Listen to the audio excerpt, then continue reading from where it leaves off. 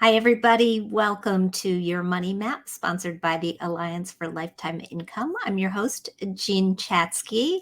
And today we are diving into the topic of retirement, choosing the right time to retire. It can be complicated, it can be confusing, and that's even in the best financial circumstances. But when you are dealing with the time that we've been in for the past couple of years, it can be downright daunting. And that's why people are worried about the markets. People are worried about inflation. People are worried about longevity. In fact, statistics show, research shows 77% of people believe that the stock market will be volatile, will continue this spate of volatility that we've been on through the rest of the year.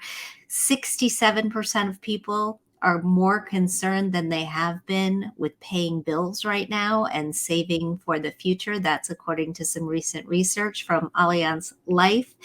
Inflation concerns have forced about half of all people to reduce or stop their retirement contributions, and just less than half have actually dipped into their retirement funds because of inflation.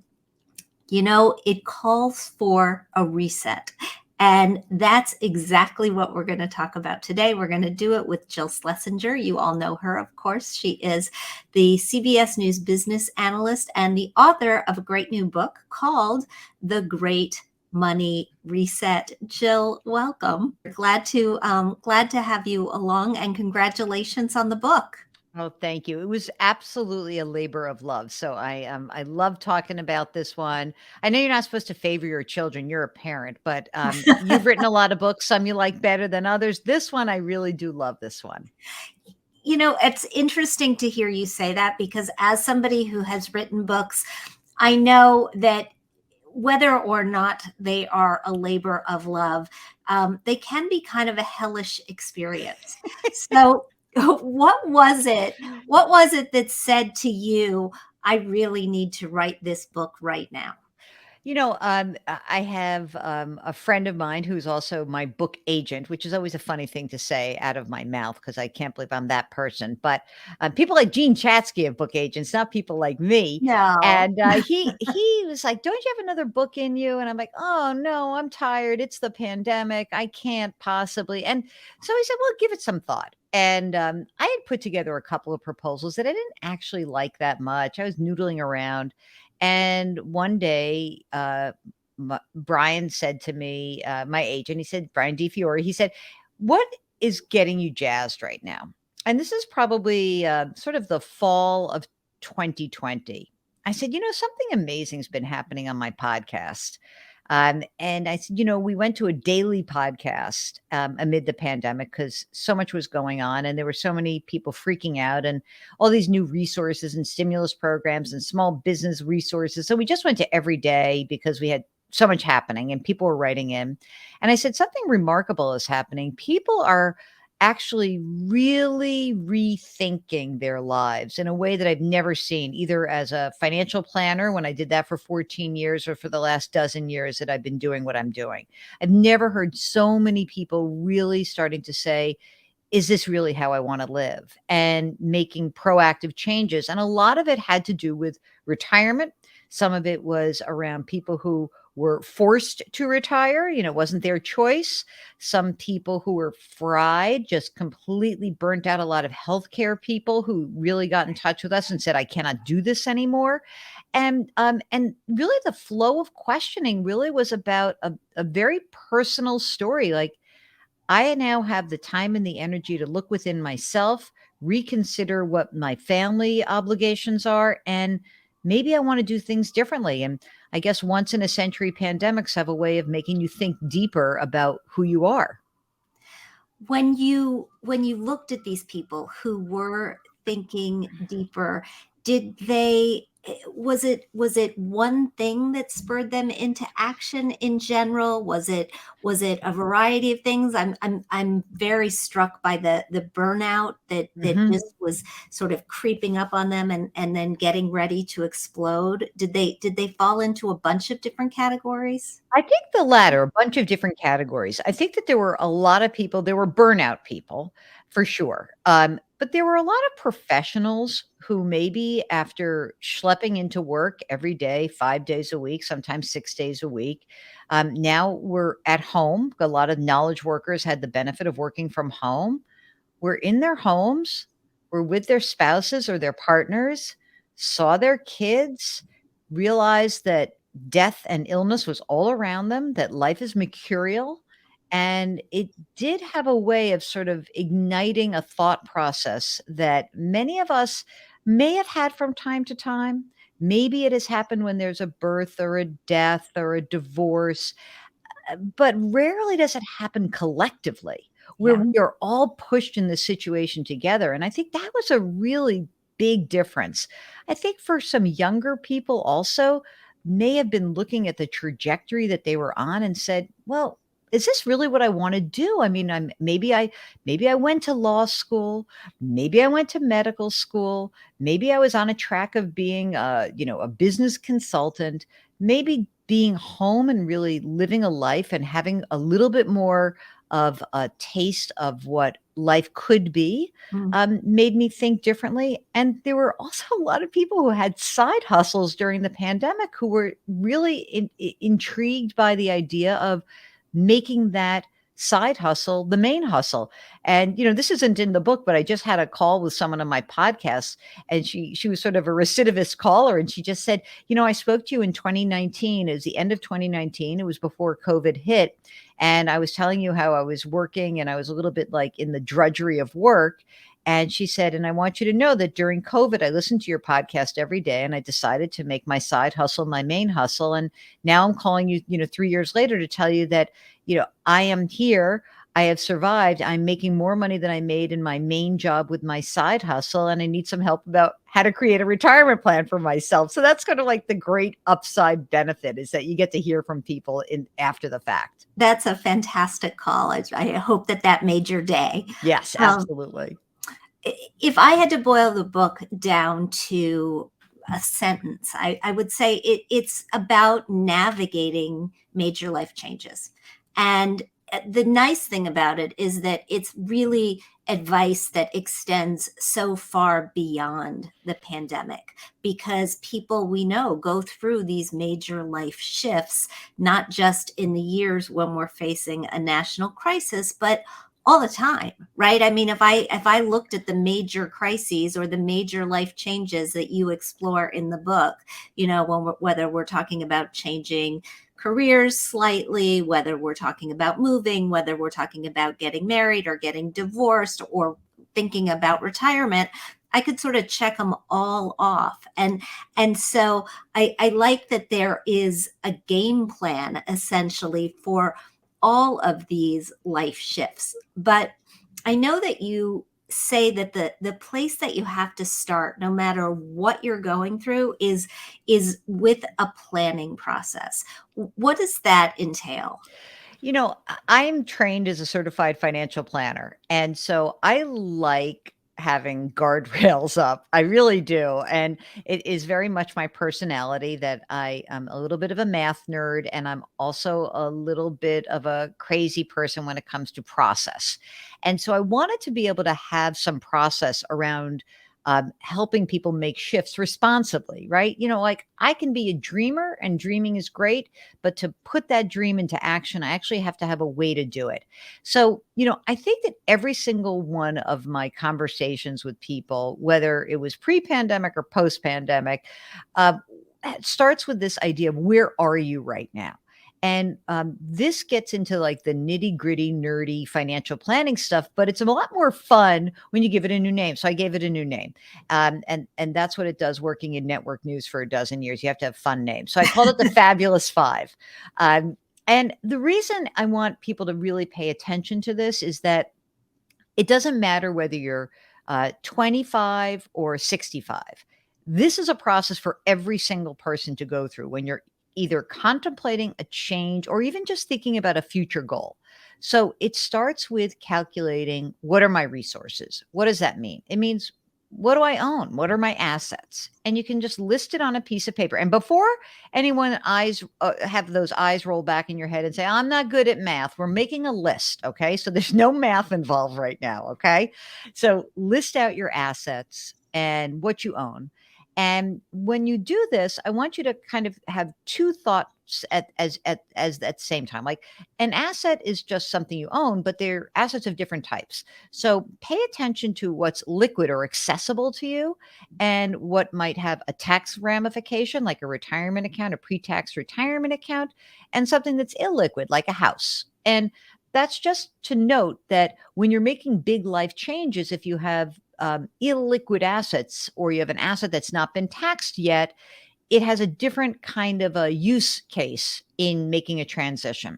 So you check out your assets. And I also like people to kind of pay attention to, what is the income that you're earning and what are the benefits you receive. A lot of resets have to do with losing the sort of mothership of an employer. Mm. And in that case, we want to understand, well, not just what is my salary, but what am I getting in terms of health insurance? What am I getting in life insurance? Is there a retirement plan match? Is there a health savings account that I've been able to use?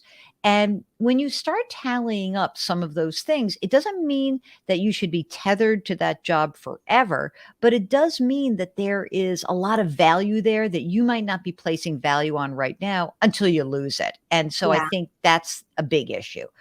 I mean, as an employer, I've done these calculations from the other side, and you basically, those benefits and all of the health care that you were talking about, it tacks on about 25% of your salary pretty consistently. Yeah, and, then you think about that, even just to put dollars and cents, just look at healthcare, like, you're 12 or 15 grand a year in the hole when you don't have someone else defraying some of those costs, so it's tough. So, I just think it's important for you to know this and have that out there. So, if we've talked about assets, anyone who's slept through Accounting 101 knows that we're gonna go to the other side of the ledger, which is liabilities or your debt. So step 2 of the fabulous 5 is to figure out, what is the debt that's outstanding and any other liabilities. And so that could mean your mortgage, it could be a line of credit, it could be a credit card, it could be a car loan, it could be an education loan.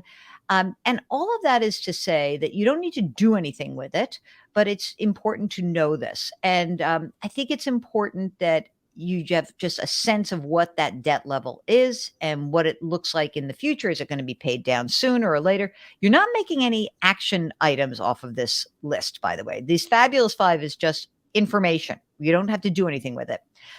The third step is to consider your housing situation. And we're going to talk about that, I know, but like, a lot of people have seen their housing situation shift amid COVID. There's a lot of people who were buying homes that never thought they'd buy a home for another 5 or 8 years. And here they are, they own a home. There are a lot of people who own homes and the values have increased. So a lot of this is just to consider, like, where is my housing situation? Am I happy in my home? Is there something else I need to consider?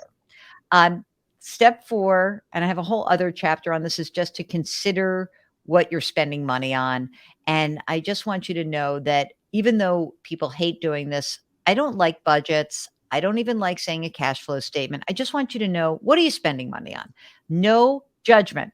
You, your family, I don't really care what you spend. You don't need to care about it right this second. Just, you need to have the number, because without this number, it's almost impossible to do any planning. And I think the fifth step of the fabulous 5 is to really think hard about the obligations you might have made to others. For Mm. example, did you tell your kids, "Oh, we're going to pay for your private university education"? Well, if you're making a big reset, or if you were to lose your job and you were 52 years old, would you still be able to make that obligation? Do we need to have a different conversation? Did you tell your siblings that you were going to help take care of your aging parents? And by making a big change in your life, you might not be able to? These 5 steps are critical in you just having the the basic information you need to make responsible decisions going forward.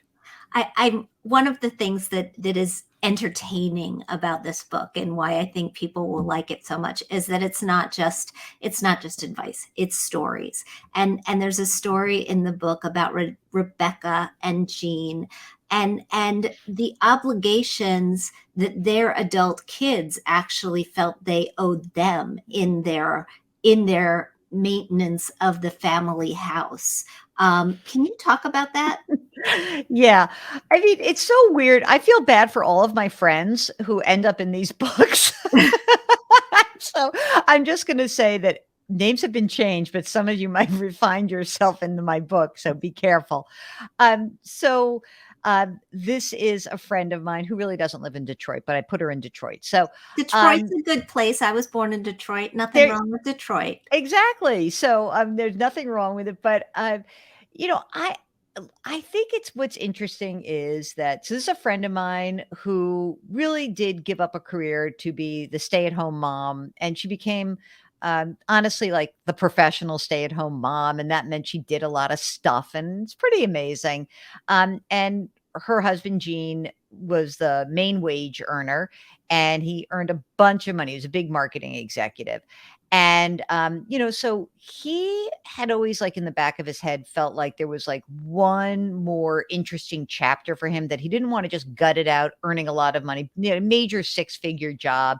But he was kind of like always felt like I wanted to be part of a startup. And he did get the opportunity of like, oh my God, I'm so psyched. It's like we're going to move to the West Coast and I'm going to be able to do this. And all this is like completely, like, dreamlike for them, and I think it was kinda cool for them to be able to do this, but the reality was that, um, their kids had a very negative reaction to this. They had been very good parents, their adult children were pretty lucky, they got school paid for, graduate school, and like many, I would say, snowplow parents, they would smooth over bumps in the road ahead with big expenses, and they would pay for that stuff. And I think what was interesting is that the kids were really reluctant to be like, how could you do this? Like, what do you mean? Like the family home, and how are we going to see our friends when we go home for reunions and this, and it was pretty rough, right? And I remember hearing these stories and I felt like, God, those kids are coming in pretty hot right now. But I think that one of the things that became clear was that the patterns that they had created with their kids really would make the kids feel like upended by this kind of decision. And I think that the reality is in a lot of the stories that I tell that the emotional factor, whether it's with your spouse, with your kids, with your aging parents, all of these things actually are at least, if not more important than the numbers. I set out the book in the beginning to give you the numbers part because I think it is so much harder to navigate the emotional part. Oh, no. And in the stories in the book, what I'm trying to help you see is that that emotional part needs a lot of attention as well. I think that's particularly true when it comes to retirement. We've talked on this show before about how there's a whole industry that has emerged in the last couple of years in retirement coaches, Mhm. people who help you figure out how you are going to adjust to this new phase of life, not how you're going to pay for it, but actually how you are going to just deal with the fact that life is changing.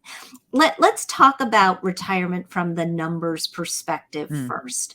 When it's a reset that is being foisted upon you, and I'm always struck by the fact that about 2/3 of people are retired. They are not retiring by choice at the time that they plan.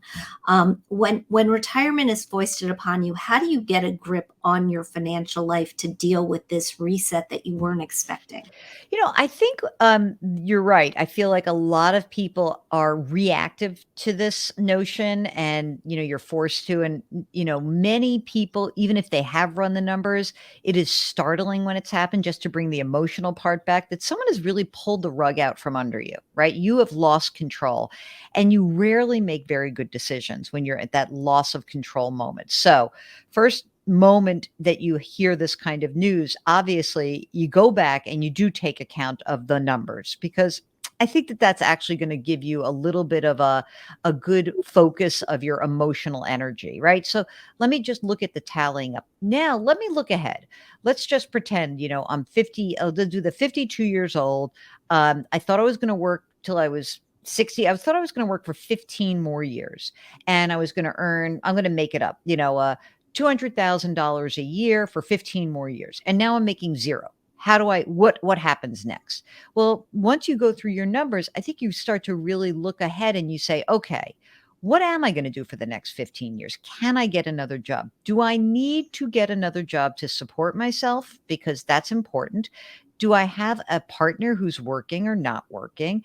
Is that partner willing to work and let me kind of look around for a while and get my feet in a new place? Or do I really have to hurry up? Am I the main breadwinner and just get a job? And I think that once you get your numbers right, in terms of where you are, I think looking ahead and saying, well, wait a second.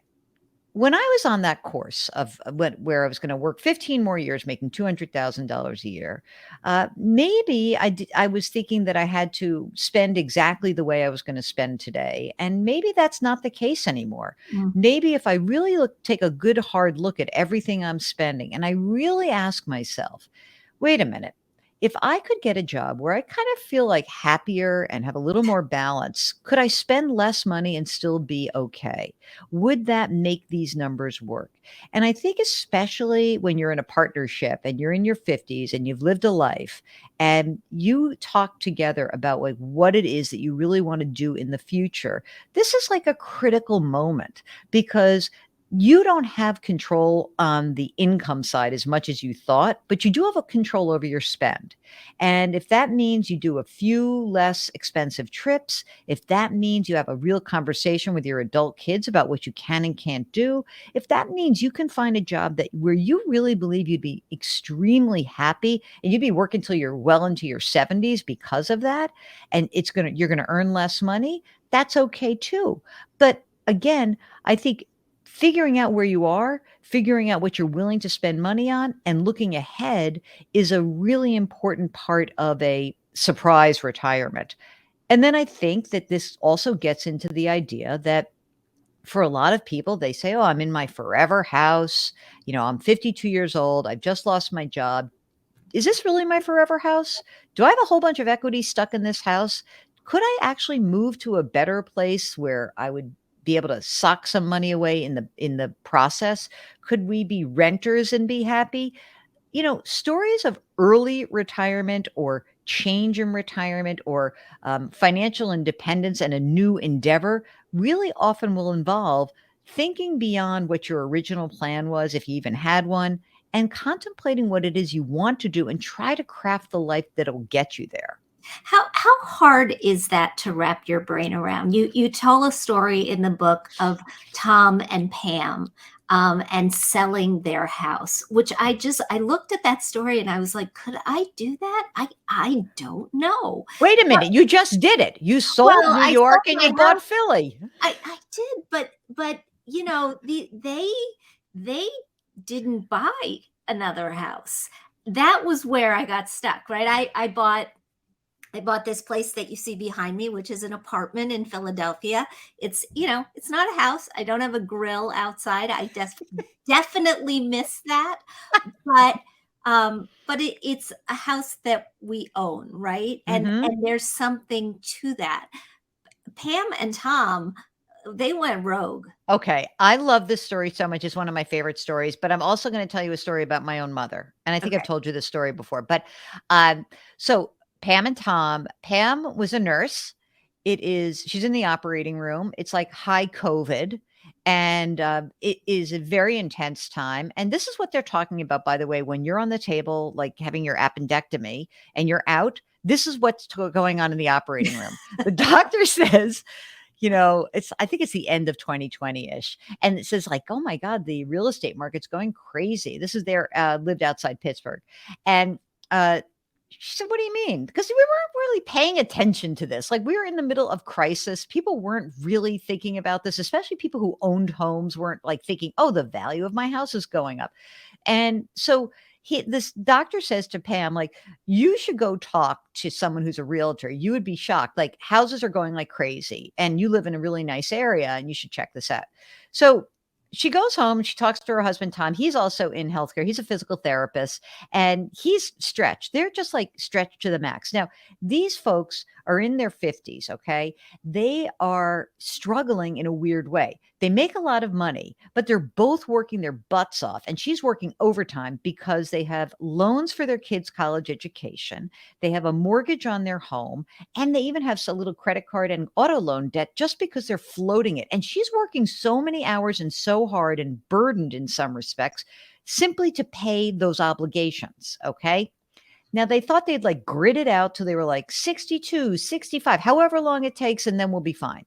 Well, she goes home. She says to Tom, like, let's call the realtor friend. Realtor friend comes over and says, here's how much your house is worth. And it's a ridiculous number. Like, it was a number that was so astounding to them. She said she actually gasped. She was like, I cannot even believe it. And quick back of the envelope calculation, she says, we sell our house. We pay off the debt of the mortgage. We pay off the school loans. We pay off the credit card debt. We pay off the car loans. We still have money in the bank. Wow. And she said to Tom, I don't want to own another home. I don't want another mortgage. I can't even think about that. I feel like I'm drowning, but slowly. And it's exhausting. And he went on this like great journey. He was reluctant, by the way. He was the one who was like, I don't know, we wouldn't own a place. He found them a long-term Airbnb where they were like living on a farm a little bit on the outside of Pittsburgh. They would commute in, but essentially like the happy ending of that story is that the rent is not that expensive because they're farther out and very few people want to live on a farm. She loves horses, it's fine. They are debt free and she's not working as many hours. And as a result, she said to me, I feel like I can now have a new lease on life because I feel like I can work till I'm 67 or 70. Wow. Before I felt like I was going to die just to get to 62 because I was working so many hours. She's pulled back. He's pulled back. They are living well. They are not eating into their savings. They've completely changed their consumption. They've extracted the equity from their homes, and they are emotionally both so much better off. And how has it set them up on their retirement trajectory? Yes, they'll be able to work longer, but are they still, I mean, for a lot of people that chunk of money in their home is a supplemental chunk of money for retirement. So, Have, interestingly, great point, because when they had all that debt, she had pulled back on her contributions to her 403(b). mm, So their cash flow has improved so vastly that they're both putting more money away for retirement right now. And look, do I think that they're going to live in a farm for the rest of their lives? Probably not. They may buy again, they may not. And maybe renting is okay. I've always said this, even though I am a person who owns two places, which is horrifying to me because I love renting. I think I've told you this story. When my father died, he was in his 70s, and my mother had a house. And, a builder knocked on her door and said, I'd like to buy your house and knock it down and build something here. And she was like, well, where am I going to live? And so my sister and I went out looking at places with her, and, like places that would be easier and this, that. And my sister said, maybe you should rent. And my mother said, I have not rented an apartment since like your father and I were first married and we were like 22 years old. That seems terrible. And the long story short is 10 years later, my mother is the happiest renter in the world. So all the equity from her home is invested. It has been a great deal for her. Her rent is not cheap, but it's not terrible. And if you live in a high cost of living area, sometimes your taxes and the maintenance of your home, all those things you kind of forget about, just forgetting about the actual equity in your home adds up. And most importantly, emotionally, she feels like it's not her problem. And now that she's in her 80s, she feels like the happiest renter in the world. And she just said to me this morning on our daily phone call, what am I going to do if she doesn't want to renew the lease? I said, don't worry, we'll deal with it. I said, you'll go live with Kim because she's not living here. Your mother's in her 80s, my mother's in her 80s, and I think that's the other important Mm, piece of this puzzle. You can reboot, right? You can reset yourself in your 50s, in your 60s, maybe even in your 70s, but you've got to do it in a way that pretty much guarantees that you will have mm. enough money to live on for the rest of your life, and knowing that at some point you probably will not be able to continue to work. How are you talking to people these days about being able to do that with longevity continuing to rise despite the little pandemic blip that we experienced? Yeah, I mean, I think it's always funny. I remember when I was a financial planner, I was running numbers for somebody and I was like making the case you have to save more money now because, you're probably going to live till you're 90 or 95. And the client looks at me and says, "But what if I died at 80?" I'm like, "That's your game plan? Like die sooner? That sounds like a very bad game plan to me." And I think that people, even when people are thinking about making these changes, one thing about the pandemic that I think was very important was that it really did hyper focus us on, being able to work longer and living a healthier life and being there for each other and wanting to be there for our aging parents, but, being there for our kids and not wanting to be a burden. I think a lot of people found out some devastating things about their families, their parents' financial condition amid COVID. All of a sudden, you're like in your people's business, right? Because we were all in this together. And you may have found that your 86-year-old mother has no money. And, because, oh, by the way, she didn't actually pay her bills on time. And then you swooped in to do that.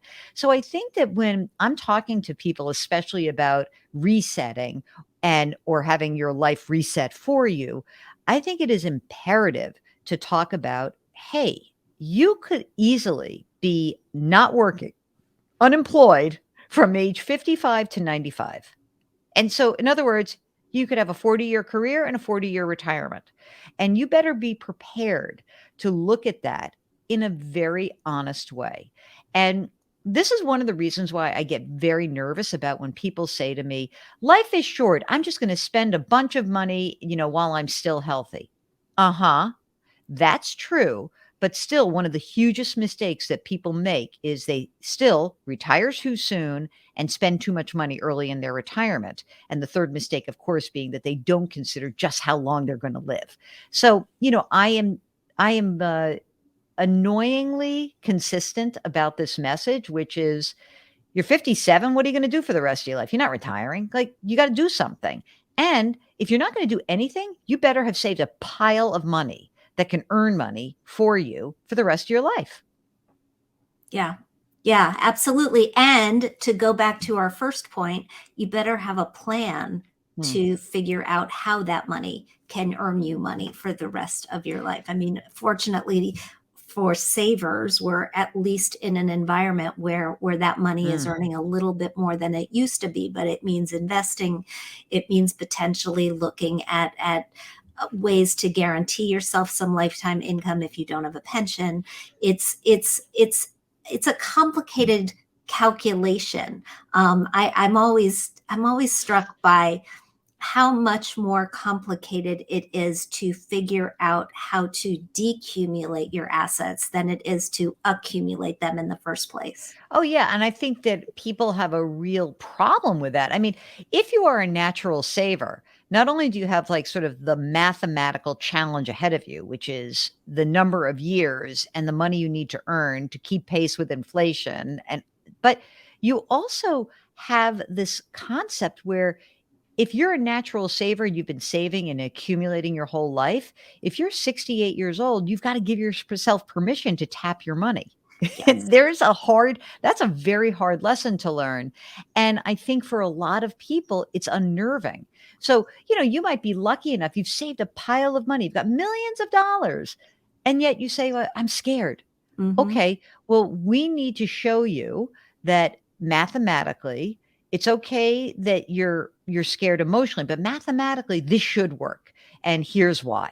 And if you're not working with a financial planner who can do this, there's a lot of resources online if you're doing it yourself. But the idea here is to not pull so much money out of your portfolio at once so that you're going to derail your plan. And it is a little bit of the idea that I kind of grew up with, which was this, I'm now calling it the now debunked 4% rule that, Yes, it's exactly. right. So the now debunked. So when I got into financial planning, the rule was, oh, if you have $1 million, you can take 4% out of your portfolio every year safely, or 40 grand, and you won't run out of money. And I don't think that that's really the issue. The issue is you can take some amount of money out of your portfolio every year. You may have to spend it down. Your number one goal is to make sure that you and your partner or spouse are okay through your lives. Your number one goal should not be, I'm leaving a legacy to my kids. So I really want to disabuse people of that notion, because the worst thing is to be like, you don't spend any of your money, feel crappy at the end of your life, and your kids get money, but you're unhappy. That doesn't seem like a good game Right. plan to me. Not good at all. But I do think that it's really important for people to understand that it's probably more like 2 or 2.5%. There are a lot of people who run these numbers for a living. They're very smart. Maybe it's 3%. But on a year like last year, where both the stock and the bond markets were down and everyone got crushed together, a lot of people were like, wait, I don't know how much money I really want to take out of the portfolio. So there are some people who feel better taking a little bit more money out in a year where the market does well, and taking a little bit less money out when the market doesn't do as well. And some people are lucky enough that they have pensions or streams of income, or they have annuity payments that like float their lifestyle. And I know that that you've talked a lot on this show about having a stream of income that can really alleviate some of the uncertainty. Yeah. And that to me is what we're trying to do, is that look, life is uncertain, risk abounds. You're just trying to mitigate it. And the way that you mitigate it for you and your family is up to you. But there are ways to mitigate it. Yeah, absolutely. Evidently, I'm having a little bit of a technical issue on my side because I keep my camera keeps resetting here. So we are going to wrap up this conversation because No. that's a very good place. Yes, because that's a very good place to leave it. Actually, Jill, if we want more information about the great book, the Great Financial Reboot, where do we find it, and where do we find out more about you? So I am at jillonmoney.com. Jillonmoney.com is my website. The Great Money Reset is available wherever you buy books, but you can get links to it on the website. And I've got podcasts, and I have what else do I have? I have a bunch of stuff. Just go to jillonmoney.com. It's awfully fun. And I'm so grateful for you. And Jean, I can't thank you enough. You've always been such a wonderful supporter and friend. And I appreciate everything you do and have done for me and for everyone out there, with your amazing financial advice and your presence, which is just gorgeous. So thank Oh, you.